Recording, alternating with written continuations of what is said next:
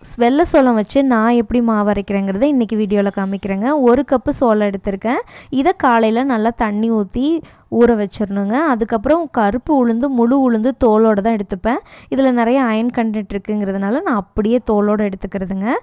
அது மாதிரி இதை நான் மிக்சியில் தான் அரைச்சிருக்கேன். உங்களுக்கு நீங்கள் அதிகமாக எடுத்துப்பீங்க அப்படின்னா கிரைண்டரில் கூட அரைச்சிக்கலாம். ஸோ நல்லா அரைச்சிட்டு கொஞ்சமாக உப்பு சேர்த்து நல்லா கலந்து, எப்படி நம்ம ஒரு மாவு பதம் இருக்குமோ அந்த மாதிரி ஒரு கன்சிஸ்டன்சியில் கலந்து மூடி வச்சிட்டோம் அப்படின்னு சொன்னால் காலையில் அழகாக பொங்கியிருக்குங்க. இட்லி மாவுலாம் எப்படி பொங்குமோ அதே மாதிரி பார்த்தாலே உங்களுக்கு தெரியும். இதில் நான் தோசையும் பணியாரமும் தான் பண்ணுவேன். ரொம்ப நல்லாயிருக்கும்.